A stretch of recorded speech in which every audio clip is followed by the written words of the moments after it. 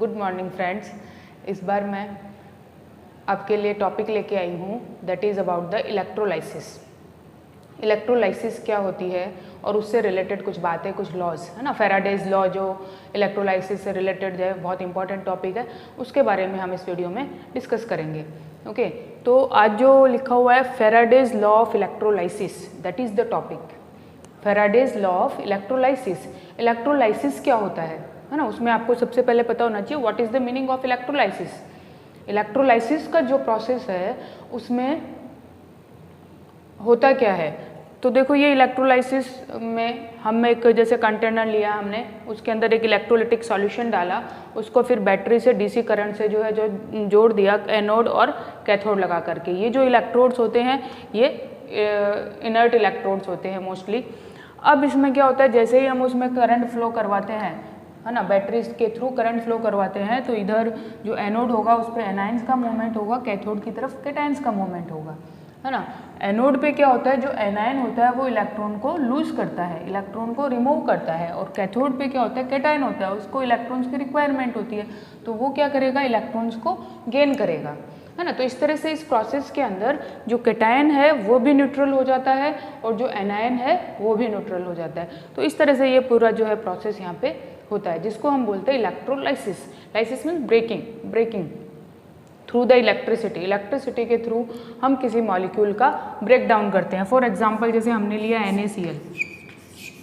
NaCl का electrolysis करवाते हैं तो क्या होता है, एक इलेक्ट्रोड पे सोडियम जाएगा और दूसरे पे क्लोराइड जाएगा, है ना। तो ये ब्रेक डाउन हो गया ना, इस तरह का प्रोसेस एक तरह से हो गया इलेक्ट्रोलाइसिस। आ रही है ना बात समझ में, ये लाइसिस हो गया, टूट गया थ्रू इलेक्ट्रिसिटी, करंट के थ्रू, तो वो प्रोसेस जो हुआ इलेक्ट्रोलाइसिस हुआ। अब क्या है, फैराडे ने इलेक्ट्रोलाइसिस जो प्रोसेस है, इलेक्ट्रिसिटी का जो फील्ड है उसमें बहुत काम किया है, बहुत ग्रेट वर्क किया है। तो उन्होंने अपने 18th सेंचुरी की बातें हैं ये सारी, फैराडे ने 18th सेंचुरी में जितने भी जो इक्विपमेंट्स या जो हम बोलेंगे फैसिलिटीज़ जो अवेलेबल थी उसके अकॉर्डिंग बहुत ग्रेट वर्क जो है उनका इसके अंदर है। उनकी क्या बताया उन्होंने, बहुत जो इम्पोर्टेंट काम किया कि जैसे हमने बोला कि जो मेटल होते हैं जो भी है यहाँ पे डिपॉजिट होगा, है ना। जैसे इलेक्ट्रोलाइसिस का प्रोसेस शुरू होगा, इसके ऊपर कैथोड के ऊपर जैसे NaCl लिया है तो कैथोड के ऊपर क्या किसका डिपोजिशन शुरू हो जाएगा, सोडियम का, और एनोड के ऊपर क्या इसके अंदर जाना शुरू हो जाएगा, क्लोरीन, है ना। तो जो भी कैटायन है और जो एनायन होते हैं अकॉर्डिंगली यहाँ पे उनका डिपोजिशन हो जाता है। अब इसके अंदर कितना अमाउंट किसी भी इलेक्ट्रोड पे किसी मेटल का कितना अमाउंट जो है वो डिपॉजिट हो रहा है, ओके, उसको क्लियर किया फैराडे ने। उन्होंने बताया कि ऐसे नहीं कि कितना भी अमाउंट डिपॉजिट हो जाता है, वो एक फिक्स अमाउंट है, उसकी भी अपनी एक फिजिकल क्वांटिटी है, तो वो क्वांटिटी को मेज़र कर सकते हैं हम, ठीक है, वो मेज़र कर सकते हैं, फिक्स हो गया वो। तो कैसे मेज़र करेंगे, इसके लिए उन्होंने बहुत ही सिंपल सा एक जो है बताया कि the mass of metal that is deposited, है ना, जितना मेटल यहाँ पे डिपॉजिट हो रहा है वो किस पे डिपेंड करता है, it is directly proportional to the charge given here. यहाँ पे जो चार्ज आएगा उसके डायरेक्टली प्रोपोर्शनल होगा, चार्ज और इलेक्ट्रिसिटी, ठीक है, दैट इज Q। अब Q क्या होता है, you know very well, Q is the product of current and time. कितना करंट यहाँ पे फ्लो हो रहा है और कितने टाइम के लिए हो रहा है ना, for 10 seconds 20 seconds, time mostly seconds में ही लेते हैं, और कितना करंट जो है एम्पियर में यहाँ पे फ्लो हो रहा है, उन दोनों का जो प्रोडक्ट होगा उसको हम यहाँ पे Q से रिप्रेजेंट करते हैं। ओके, तो अल्टीमेटली ये क्या हो जाएगा, mass is directly proportional to INT and it is the final equation which is given by the first law is that W equals to ZIT, है ना। तो कितना इंपॉर्टेंट एक कॉन्सेप्ट हमारे सामने आ गया कि यहाँ पे कितना डिपॉजिट हो रहा है उसको हम इससे रिलेट करके निकाल सकते हैं। Now what is the Z here, जो Z आपको दिखाई दे रहा है इसको क्या बोलते हैं, ग्राम इक्विवेलेंट्स।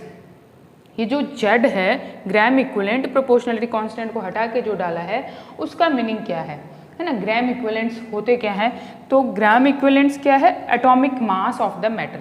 जो भी यहाँ पे हमने मेटल लिया है, ओके, उसका एटॉमिक में भी नॉन मेटल, नॉर्मली जो है इलेक्ट्रोलाइसिस प्रोसेस में मेटल की बात करते हैं, तो एटॉमिक मास लेंगे उस सब्सटेंस का divided by number of electron gain for the reduction. क्योंकि यहाँ मैंने मेटल लिखा है ठीक है, रिडक्शन के ही प्रोसेस की बात कर रहे हैं, तो मेटल जो है वो इलेक्ट्रॉन को गेन करेगा, जैसे यहाँ पे सोडियम जो है वो इलेक्ट्रॉन को गेन करेगा। तो एटॉमिक मास ऑफ मेटल, जो भी उसका एटॉमिक मास है, जैसे यहाँ पे सोडियम यदि हम लेते हैं तो सोडियम का एटॉमिक मास क्या हो गया 23। उसके बाद यहाँ पे number of electron gain for the reduction, कितने इलेक्ट्रॉन को गेन करता है, वो कितने इलेक्ट्रॉन को गेन करेगा सोडियम 1, तो डिवाइडेड बाय 1, यानी कि उसके ग्राम इक्विवेलेंट्स कितने हो जाएंगे 23 फॉर सोडियम। आई बात समझ में? सोडियम के लिए यदि हम उसको कैलकुलेट करेंगे तो सोडियम का एटॉमिक मास कितना हो गया 23, उसके नंबर ऑफ इलेक्ट्रॉन गेन, कितनी वैलेंसी है उसकी 1, इसलिए उसके ग्राम इक्विवेलेंट्स कितने हो जाएंगे 23, इस तरह से। तो ये फैराडे लॉ के अंदर हमें किसी भी सब्सटेंस का कितना मास इलेक्ट्रोलाइसिस की प्रोसेस में डिपॉजिट हो रहा है, कितना मास उसका गेन हो रहा है, वो हम यहाँ पे निकाल सकते हैं। तो ये बहुत अच्छी एप्लीकेशन है इलेक्ट्रोलाइसिस की फील्ड में, है ना, अच्छी एप्लीकेशन है, इससे हम निकाल सकते हैं। तो इससे रिलेटेड जो है थियोरेटिकल क्वेश्चंस तो है, न्यूमेरिकल्स भी होंगे, तो वो भी हम आगे करेंगे, इंपॉर्टेंट टॉपिक है, ठीक है, एग्जाम पॉइंट ऑफ व्यू से भी इस पर बेस्ड न्यूमेरिकल्स भी आते हैं। तो पहले तो ये Faraday's first law concept I hope आपको क्लियर हो गया होगा। क्या दिमाग में रखना है, W equals to ZIT, what is the Z, gram equivalents, what is I, current, what is T, time in seconds. Okay, तो ये एक हुआ। इसके बाद हम चलते हैं फैराडेज सेकेंड लॉ की तरफ। फैराडेज सेकेंड लॉ, जब एक से ज़्यादा इलेक्ट्रोलिटिक सेल, है ना, इसको हम बोलेंगे electrolytic cell, when more than 1 electrolytic cells are connected in this manner, है ना, आपने लिया copper cell, silver cell, gold cell, ऐसे डिफरेंट कोई भी सेल्स जो है वो हम ले सकते हैं और उनको हमने एक कनेक्ट किया हुआ एक सीरीज़ के अंदर। These are connected in a series, series means we are having the same amount of electricity here, यहाँ पे इलेक्ट्रिसिटी जो होगी वो सेम अमाउंट में होगी। तो जब तीनों के अंदर ही सेम अमाउंट का इलेक्ट्रिसिटी हम पास करवा रहे हैं तो उस टाइम पे करंट जो अमाउंट जो होगा, है ना, इसका जो मेटल का अमाउंट होगा वो किस पे डिपेंड करेगा, इसके बारे में सेकेंड लॉ है। तो Faraday says that the amount of substance deposited is directly proportional to its equivalent weight now. Okay, first time when the single substance is there, जब एक सिंगल इलेक्ट्रोलिटिक सेल है, then the W is directly proportional to the Q, है ना, how much charge is provided there, कितना वहाँ पे charge दिया जा रहा है उसके डायरेक्टली प्रोपोर्शनल हो गया। दूसरा लॉ क्या बोलता है कि जब हमने एक से ज़्यादा सब्सटेंस लिया है देन द W इज, है ना, मास इज जो डिपॉजिट हो रहा है, it is directly proportional to equivalent weight, वो इक्विवेलेंट वेट के डायरेक्टली प्रोपोर्शनल होगा। ओके, तो जैसे हम यहाँ पे दो सेल, कोई भी दो ले सकते हैं, दोनों को कंपेयर किया, जैसे मैंने यहाँ पे लिया wait of copper deposited divided by weight of silver deposited, जब दोनों को आपस में रिलेट कर रहे हैं तो then equivalent weight of copper it is equal to equivalent weight of silver. समझ में आ रही है बात? क्या बोला मैंने कि जब एक से ज़्यादा सेल है, ओके, सीरीज में कनेक्टेड है, उस वे में mass it will be equal directly proportional to the equivalent weight. किस पे डिपेंड कर रहा है वो? इक्विवेलेंट वेट पे, क्योंकि सबके अंदर चार्ज तो सेम होगा, है ना, अमाउंट ऑफ इलेक्ट्रिसिटी तो सेम होगी क्योंकि सेम बैटरी से हमने उनको कनेक्ट किया है। तो दैट टाइम किससे रिलेट करेंगे? इक्विवेलेंट वेट से। इंडिविजुअली वो इक्विवेलेंट वेट पे डिपेंड कर रहे हैं, जिसका इक्विवेलेंट वेट ज़्यादा होगा वो ज़्यादा होगा, अमाउंट W भी ज़्यादा होगा, जिसका कम होगा उसका W भी कम होगा, यानी कि वो कम अमाउंट में डिपॉजिट होगा, जिसका ज़्यादा होगा इक्विवेलेंट वेट वो ज़्यादा अमाउंट में डिपॉजिट होगा। ओके, इस तरह से हम उसको बता सकते हैं। तो अब फिर से मैंने आपको बताया इक्विवेलेंट वेट क्या होता है ना, इक्विवेलेंट वेट क्या हो जाएगा, को जो भी उसका मॉलिक्यूलर वेट और एटॉमिक वेट है किसी भी मॉलिक्यूल या कंपाउंड का या एटम का, उसको आप डिवाइड करते हो नंबर ऑफ इलेक्ट्रॉन ट्रांसफर्ड।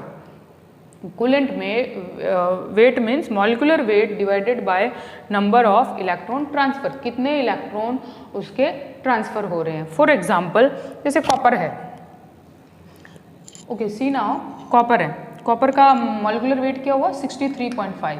अब इसमें कितने उसकी वैलेंसी क्या है कॉपर का, यदि हम कॉपर सल्फेट सॉल्यूशन की फॉर्म में ले रहे हैं कितने इलेक्ट्रॉन ट्रांसफर होंगे 2 इलेक्ट्रॉन्स। ओके, तो यहाँ पे इसको डिवाइडेड बाय 2 कर देंगे, तो इसका यहाँ पे मॉलिक्यूलर वेट डिवाइडेड बाय 2 किया तो इक्विवेलेंट वेट क्या हो गया 31.7 gram. This is the equivalent weight for copper.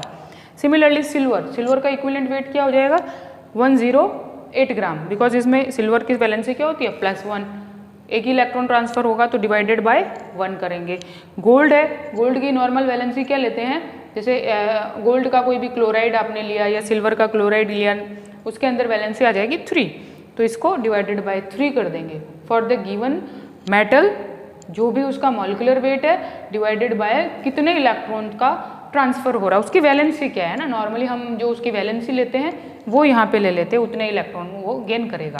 तो ये हो गया 3, तो it is the equivalent weight of gold. In this way we can see these are the equivalent weights of different molecules, different metals we can say, है ना, जैसे copper का हुआ, देन सिल्वर का हुआ, देन गोल्ड का हुआ। अब इसके अंदर यदि हम सेम अमाउंट की इलेक्ट्रिसिटी पास करते हैं तो कैसे इनके मासेस या नंबर ऑफ मोल्स जो है वो कैसे हम कैलकुलेट करेंगे, उसके लिए आप देखिए, ठीक है, उसके लिए कैसे करेंगे। अब देखो जैसे सिल्वर है, सिल्वर का 1 मोल सिल्वर डिपॉजिट होगा ऐसे, ठीक है, 1 मोल सिल्वर डिपॉजिट होने के लिए कितने इलेक्ट्रॉन चाहिए 1 मोल। अब इसको मोल के वे में लिखते हो तो ये हो गया 1 mole silver ion, this is also 1 mole and this one is 1 मोल। तो 1 मोल इलेक्ट्रॉन की रिक्वायरमेंट होगी 1 मोल सिल्वर को डिपॉजिट होने के लिए। Is that clear? 1 mole silver can be deposited by the 1 mole electrons. तो what is the meaning of 1 mole electrons here? 1 mole electron, how much charge is there? 1 mole electron का charge क्या होगा? तो 1 mole electron means 6.022 into 10 power 23 electrons. Okay, now charge on 1 electron, that is 1.6 into 10 power minus 19 coulombs. Then charge on 1 mole electron, that will be equals to 1.6 10 power minus 19 into 6.022 into 10 power 23, that is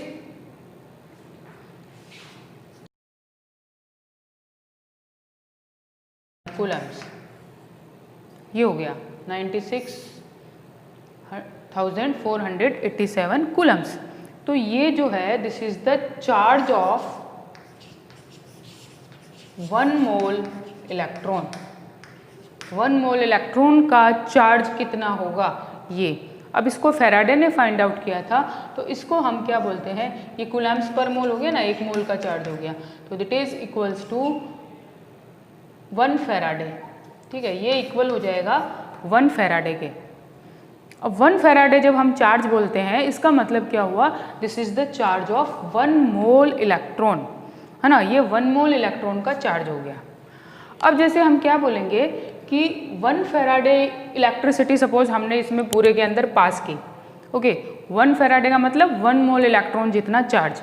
1 Faraday यदि आप उसके अंदर electricity pass करते हो, charge पास करते हो, तो कितने मोल सिल्वर के डिपॉजिट होंगे बाय पासिंग, इस चीज़ को ध्यान से समझोगे, by passing 1 Faraday electricity, okay, by passing 1 Faraday electricity, the amount of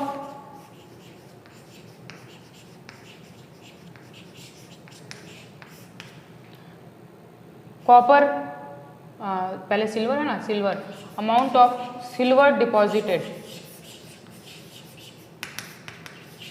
that is equals to 1 mole, है ना। यदि आपने 1 फैराडे इलेक्ट्रिसिटी को पास किया है तो सिल्वर कितना डिपॉजिट होगा 1 mole. Clear? Now to calculate the what amount of copper is deposited, copper कितना डिपॉजिट होगा, तो इसके लिए आप क्या लिखोगे, कॉपर के लिए इक्वेशन लिखेंगे, +2 वैलेंसी में है ना, तो इस तरह से लिखोगे। तो यहाँ पे 1 मोल कॉपर डिपॉजिट करना है। 1 मोल ये है, ये 1 मोल है कॉपर, और यहाँ पे इलेक्ट्रॉन कितने हैं 2 मोल्स। 2 मोल मीन्स 2 फैराडे। तो 2 Faraday can deposit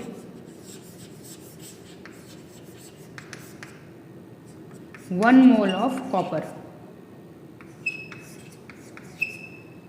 Therefore 1 Faraday can deposit how much 1/2 mole of copper। हरी बात समझ में। तो ये 2 फैराडे आपने सबके अंदर कितना करंट फ्लो किया है, चार्ज फ्लो किया है 1 फैराडे। तो 1 फैराडे में सिल्वर कितना डिपॉजिट हुआ 1 मोल, और 1 फैराडे में कॉपर कितना डिपॉजिट हुआ that is half mole. Okay, देखिए ठीक इसी तरह से जैसे अभी हमने इसका निकाला कॉपर का, है ना, उसी तरह से आप गोल्ड का यदि कैलकुलेट करना चाहते हो तो अमाउंट ऑफ गोल्ड डिपॉजिटेड कैसे करेंगे। अब गोल्ड की वैलेंसी यहाँ पे कितनी है +3, तो सॉलिड होने के लिए 3 इलेक्ट्रॉन, 3 इलेक्ट्रॉन्स मीन्स 3 फैराडे। जितना यहाँ पे इलेक्ट्रॉन्स बैलेंस करने के लिए आपको चाहिए उतना फैराडे 1 मोल के लिए रिक्वायर्ड होगा, है ना। ये बस कॉन्सेप्ट आपको क्लियर होना चाहिए। 3 इलेक्ट्रॉन्स है, that is why we are writing here 3 Faraday, because 1 electron means 1 mole electron and 1 mole electron means 1 Faraday.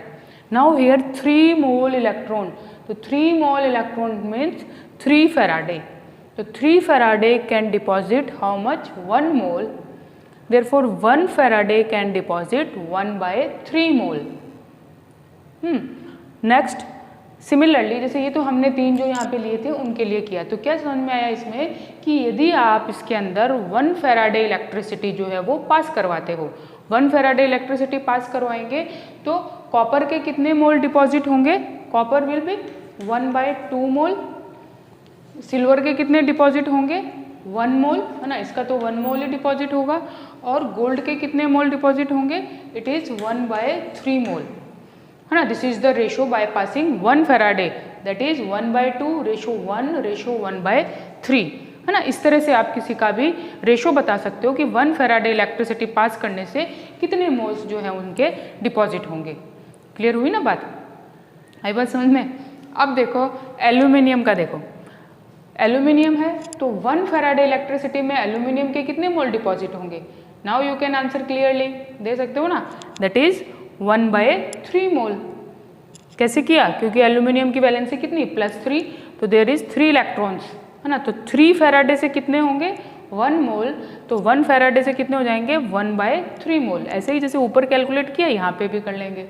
एक दो एग्जाम्पल और देखते, जैसे जिंक है, जिंक की वैलेंसी कितनी +2, तो जिंक में +2 लिखेंगे तो ये 2 फैराडे कैन डिपॉजिट 1 मोल, है ना। 2 Faraday can deposit 1 mole, therefore 1 Faraday can deposit 1/2 mole. Is that clear. अब आपको मोल्स की जगह यदि मास निकालना है तो मास निकालने के लिए क्या करेंगे, ये जो फॉर्मूला है W = N × atomic mass. N क्या हो गया, number of moles into atomic mass. जैसे मैंने यहाँ पे लिया एल्यूमिनियम, ठीक है, एल्यूमिनियम का यदि मुझे निकालना, जैसे यहाँ पे 1 फैराडे से एल्यूमिनियम के कितने मोल डिपॉजिट हो रहे हैं, तो हम बोलेंगे 1/3, तो मास कितना डिपॉजिट होगा, तो उसके एटॉमिक मास से उसको मल्टीप्लाई कर देंगे, तो वो हो जाएगा 9 ग्राम्स। ओके, तो इस तरह सबके जो है अलग अलग नंबर ऑफ मोल्स से आप उसको मास से रिलेट कर दोगे तो मास निकल के आ जाएगा। क्लियर हुआ ना, ओके।